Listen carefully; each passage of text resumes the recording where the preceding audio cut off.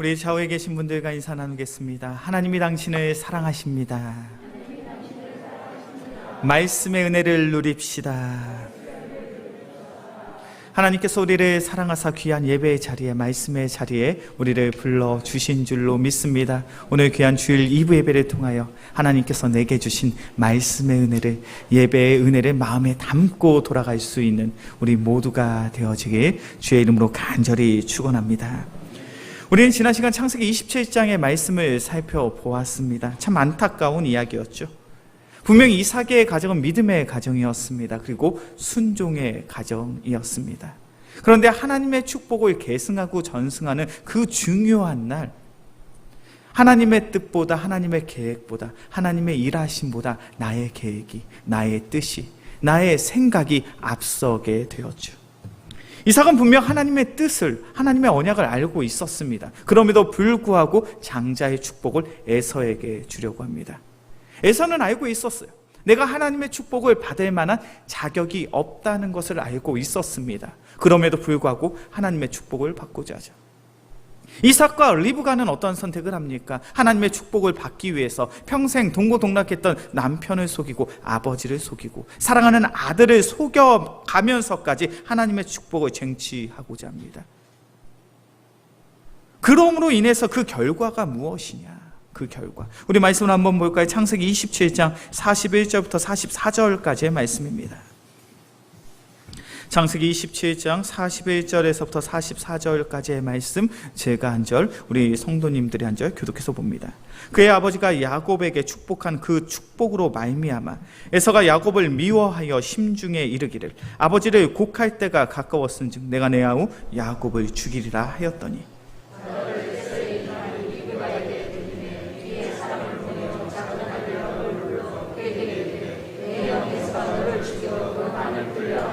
내 아들아, 내 말을 따라 일어나 하란으로 가서 내 오라버니 라반에게로 피신하여. 아멘. 하나님의 축복, 하나님의 은혜가 계승되고 전승되는 그런 축제의 현장, 축복의 현장이어야 될 그날 큰 비극이 일어납니다. 하나님의 축복을 받지 못했다라는 그 사실을 알게 된 에서는 야곱을 죽이겠다라고 이야기하죠. 나의 아버지가 이제 노쇠하였으니 이제 얼마 있으면 곧 죽게 될 터이니 아버지가 죽기만 하면 내가 내 동생 야곱을 죽이리라. 그것을 공공연하게 이야기하고 있습니다. 그리고 그의 마음속에 굳건한 결단과 결심이 있어요. 내가 반드시 내 동생을 죽일 거야. 그 사실을 알게 된 이삭과 리브가도 그 에서의 분노를, 에서의 화를 만류할 수가 없습니다. 그래서 이삭과 리브가의 선택이 무엇입니까? 야곱을 떠나 보내는 거예요. 자신의 오빠가 있는 그런 외갓집으로 보내서 야곱의 생명을 연장시키는 것이 이삭과 리브가가 할 수 있는 전부였습니다.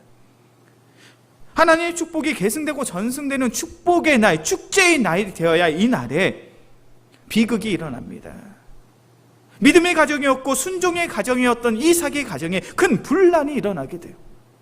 미움과 시기, 질투, 다툼과 분쟁으로 인하여 서로가 서로에게 상처를 받고 그 분노와 그 화가 얼마나 큰지 그 가정이 깨어져 버리더라는 거예요. 우리의 신앙생활도 얼마든지 그러할 수 있습니다. 하나님께서 우리의 신앙의 여정 가운데 잠시 멈추라는 사인을 주실 때가 있죠. 나의 생각보다, 나의 계획보다 하나님의 일하심과 하나님의 인도하심을 사모하며 하나님의 때를 기다리며 기도하라라고 이야기하시는 그 중요한 순간에 나의 계획이, 나의 뜻이, 나의 경험이 앞서게 된다면 우리의 공동체 가운데서도 얼마든지 분란이, 다툼이, 미움이, 시기가, 분쟁이 일어날 수 있더라는 거예요. 우리가 신앙생활을 하면서 우리가 가져야 될 마음이 무엇입니까? 바로 겸손의 마음인 줄로 믿습니다.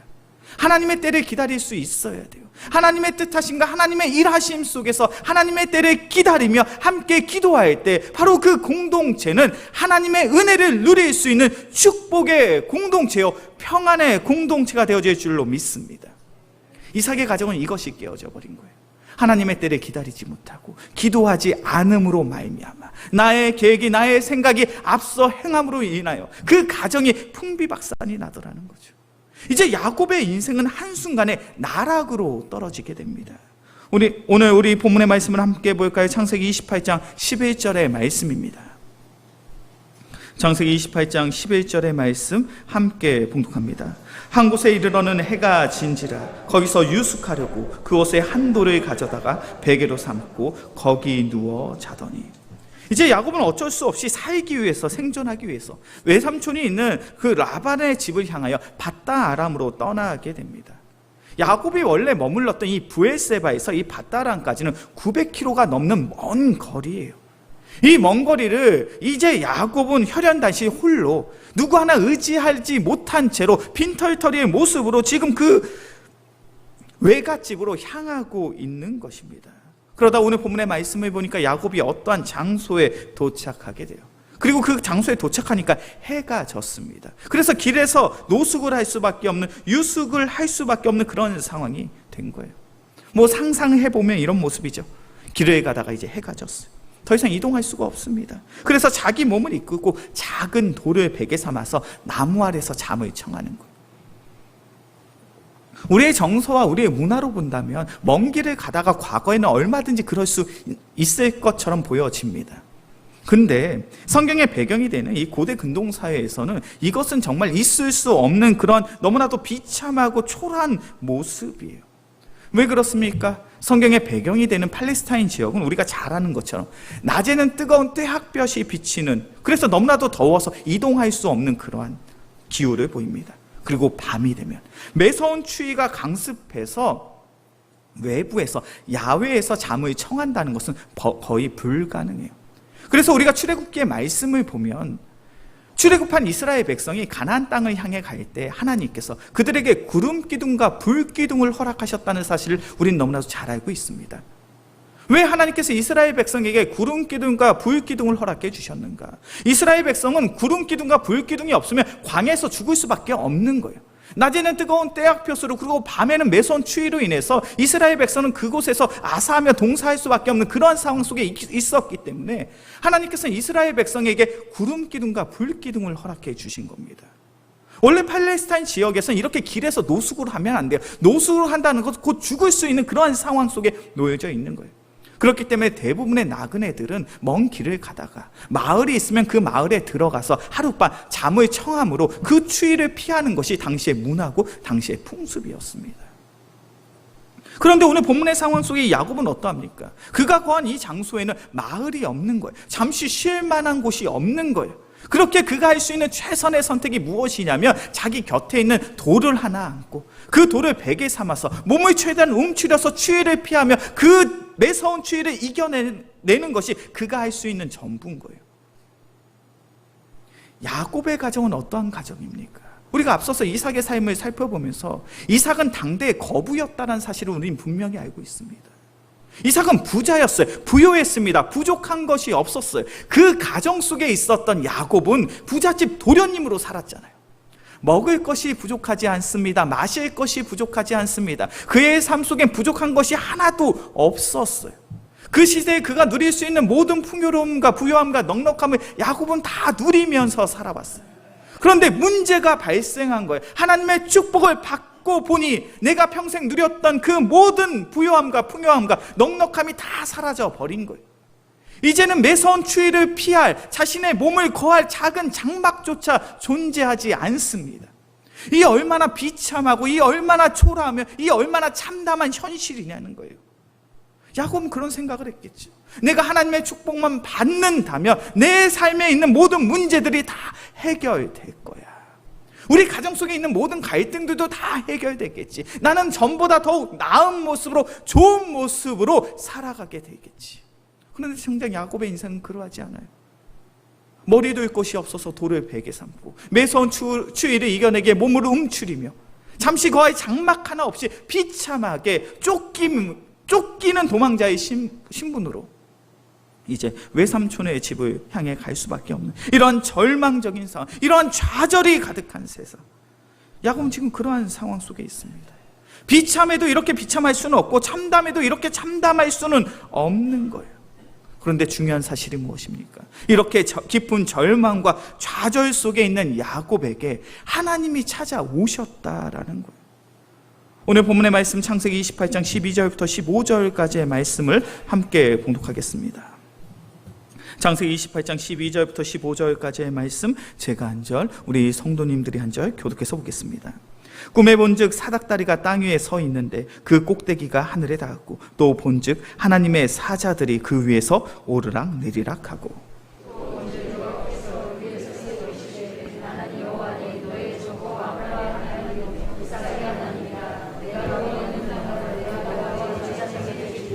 내 자손이 땅에 티끌같이 되어 내가 서쪽과 동쪽과 북쪽과 남쪽으로 퍼져 나가시며 땅의 모든 족속이 너와 내 자손으로 말미암아 복을 받으리라.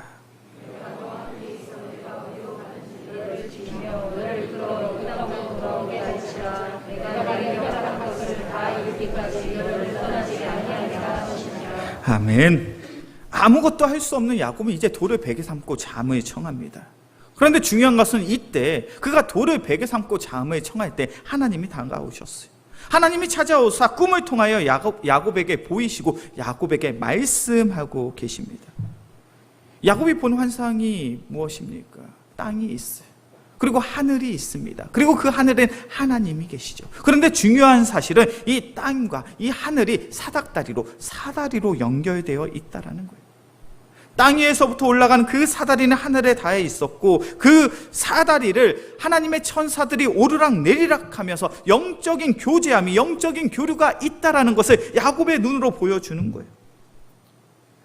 땅에 있는 하나님의 백성들의 간구와 기도, 부르짖음이 하나님의 천사들을 통해 지금 하늘로 올라가고 있는 모습인 거죠.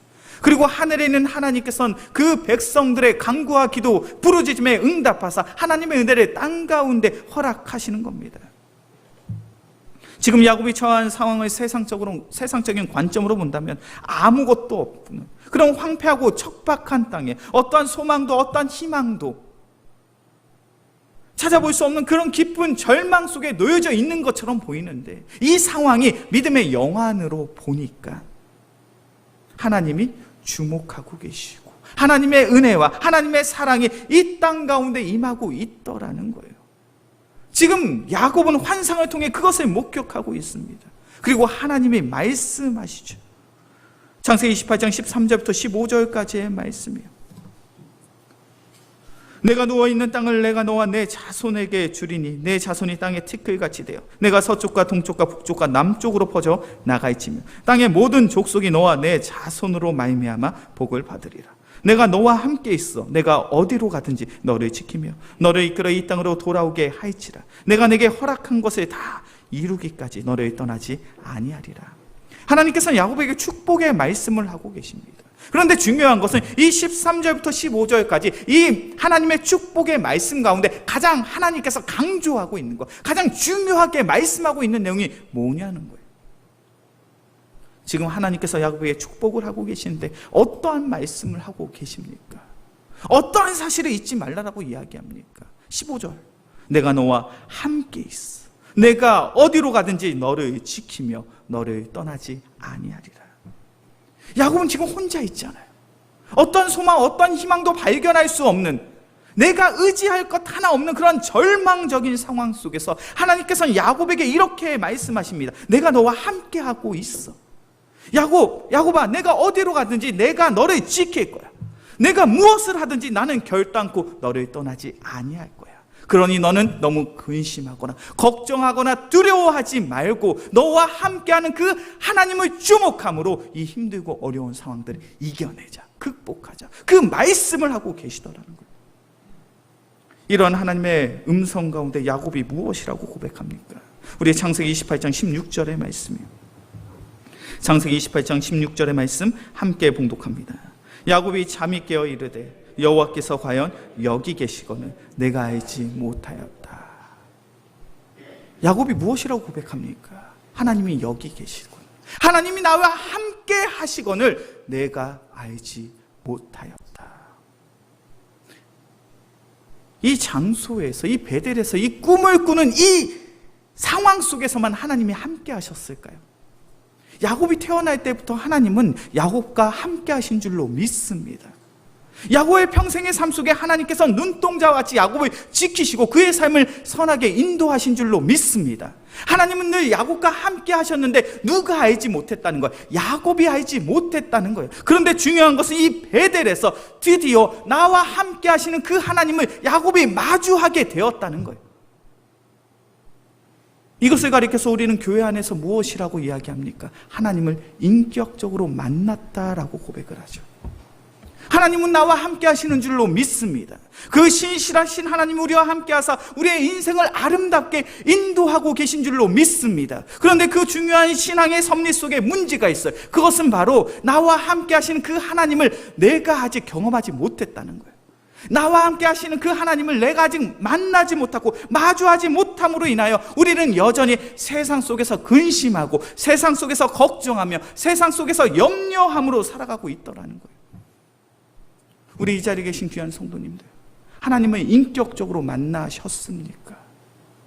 야곱처럼 나와 함께 하시는 그 하나님을 마주하며 하나님의 음성을 듣고 하나님이 주신 확신과 믿음 안에서 신앙생활을 하고 계시냐는 거예요. 이것은 우리의 신앙의 삶 속에 얼마나 중요한 문제인지 몰라요. 우리가 교회에 나와서 신앙생활을 하는 거 분명 중요한 일입니다. 그런데 그것보다 중요한 것이 무엇이냐면 우리가 이 예배의 자리에 나와서 하나님을 인격적으로 만날 수 있어야 돼요. 말씀 속에서 성경 속에서 살아 역사하시는 하나님이 나와 함께 하시는 것, 그것을 확신함으로 신앙생활할 수 있는 귀한 믿음이 바로 우리에게 있기를 주의 이름으로 간절히 축원합니다. 제가 이번 주 한 주간 우리 청년들과 2박 3일의 수련회를 다녀왔습니다. 참 주님께서 허락하신 귀한 은혜들이 있었어요. 수련회 첫날 저녁에 이제 기도 제목을 우리 청년들이 적어냈습니다. 그 기도 제목 가운데 이런 기도 제목이 있었어요. 하나님을 더욱 알아가며 하나님을 인격적으로 만나는 수련회가 되기를 원합니다. 우리 영광교회 청년들 중에 초신자는 없어요. 다 신앙생활에 10년 이상, 15년 이상, 모태신앙으로 20년 이상 한 청년들이 대부분입니다. 그런데 그 청년의 고백이 무엇입니까? 하나님을 인격적으로 만나기를 원한다는 거예요. 내가 교회에 나와서 신앙생활을 한 지 5년, 10년, 15년, 20년이 지났지만 목사님 저는 아직도 나와 함께 하시는 그 하나님을 인격적으로 만나지 못했습니다. 이번 수련회를 통하여 그 살아계신 하나님을 인격적으로 만나는 은혜가 나의 삶 속에 있기를 원합니다. 그것을 소망함으로, 그것을 기대함으로 수련회에 왔더라고요. 우리 영광교회의 예배가 그러한 자리가 되어지길 주의 이름으로 간절히 축원합니다. 성경 속에서 살아 역사하시는 그 하나님을 만날 수 있는 장소, 하나님이 주신 비전과 소망을 발견하고 하나님이 허락하신 그 참된 믿음을 가지고 믿음의 고백을 할 수 있는, 믿음의 찬양을 할 수 있는 우리 모두가 되어지길 주의 이름으로 간절히 축원합니다. 그때 우리의 인생이 얼마나 아름답게 변화되어지는지 몰라요. 우리가 하나님을 인격적으로 만나게 되면 우리의 예배의 모습이, 예배의 태도가 달라지는 줄로 믿습니다. 오늘 본문의 말씀을 보니까 야곱의 인생이 그러했어요. 우리 창세기 28장 21절과 22절의 말씀을 함께 봉독하겠습니다. 창세기 28장 21절과 22절의 말씀 함께 봉독합니다. 내가 평안히 아버지의 집으로 돌아가게 하시오며 여호와께서 나의 하나님이 되실 것이요 내가 기둥으로 세운 이 돌이 하나님의 집이 될 것이요 하나님께서 내게 주신 모든 것에서 10분의 1을 내가 반드시 하나님께 드리겠나이다 하였더라. 창세기 28장 21절과 22절의 말씀을 보면 야곱이 이렇게 이야기하는 것처럼 보여져요. 내가 평안히 아버지의 집으로, 내가 안전히 나의 고향으로 돌아오게 되면 그때 내가 하나님이 나의 정말 하나님이 되심을 믿고 내가 아름다운 모습으로 제사도 드리고 11조도 드리겠습니다라고 이야기하는 것처럼 보여져요. 근데 이 번역이 그렇게 좋은 번역이 아닙니다. 히브리어 원어를 보면 이 히브리어 원어 가운데 웨샤부티라는 단어가 등장을 해요. 이 단어가 어떠한 문법적인 의미를 가지고 있냐면 문법적으로 조건을 나타내는 접속사로서 접속사임과 동시에 소망을 나타내는 불변사로 사용됩니다라고 설명이 되어 있어요. 말이 어렵죠? 이 말을 쉽게 풀어서 직역을 하면 이렇게 되는 거예요. 내가 평안히 아버지의 집으로 돌아올 것을 확신합니다. 그렇게 이제부터 하나님께서 나의 하나님 되심을 내가 믿습니다. 이 고백이 되는 거예요. 내가 고향으로 안전하게 돌아오게 되면 그때 내가 하나님이 나의 하나님 되심을 믿고 내가 아름다운 모습으로 제사를 드리겠습니다, 예배를 드리겠습니다, 이 이야기가 아니라 지금 이 순간에 나는 내가 안전하게 평안하게 나의 고향으로 돌아올 것을 확신합니다. 그렇게 지금 이 순간부터 오직 하나님께서 나의 하나님이 되심을 믿음으로 지금 제사를 드리고 예배를 드리고 11조를 드립니다 라는 거예요. 예배가 무엇입니까? 참된 믿음의 고백인 줄로 믿습니다. 예배가 무엇입니까? 참된 확신의 고백이라는 거예요. 그렇게 우리는 이 예배의 자리에 나올 때 내가 하나님을 인격적으로 만났다면 나의 마음속에 참된 믿음의 확신이 있어야 돼요.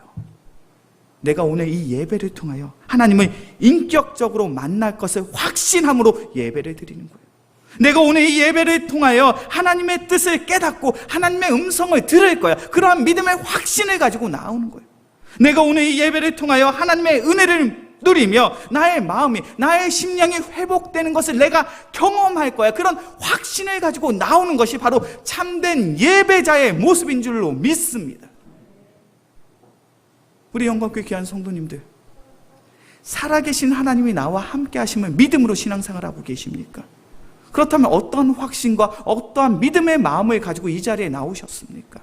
그래, 내가 오늘 이 예배 시간을 통해 하나님의 음성을 들어야지, 하나님의 뜻을 깨달아야지, 나의 상한 마음과 심령이 하나님의 은혜로 회복되어져야지. 그러한 간절한 소망과 기대와 소망의 마음을 가지고 이 자리에 나오셨습니까? 아니면 그래, 시간이 됐네, 한 주 참 빨리 시간이 지나가는구나, 그래 오늘도 시간 됐으니 예배 자리 가서 예배 자리 지켜야지, 습관적으로 형식적으로 어떤 종교적인 마음을 가지고 이 자리에 나오진 않았냐는 거예요. 우리가 먼저 하나님을 인격적으로 만나지 못했다면 우리는 우리의 예배를 통하여 하나님을 인격적으로 만나야 될 줄로 믿습니다. 그리고 우리가 하나님을 인격적으로 만났다면 하나님께서 부어주실 은혜와 사랑과 회복의 확신을 가지고 예배할 수 있는 우리 모두가 되어지길 주의 이름으로 간절히 축원합니다. 이제 말씀을 정리하겠습니다. 우리는 매주마다 예배를 드리죠. 조금 신앙생활에 열심히 있으신 분들은 수요 예배도 나오고 금요 기도회도 나오고 매일마다 새벽 기도회를 나옵니다. 그런데 우리의 예배가 우리에게 주어진 상황과 환경에 의해서 예배를 드려서는 안 되는 줄로 믿습니다. 코로나 바이러스가 창궐하게 되었을 땐 예배 자리에 나올 수 없다라고 생각해서 예배 자리에 나오지 않다가 코로나 바이러스가 주춤하게 되었을 때 다시금 예배 자리에 나오는 것, 이것은 우리에게 주어진 상황과 환경에 의해서 예배를 드리는 거죠.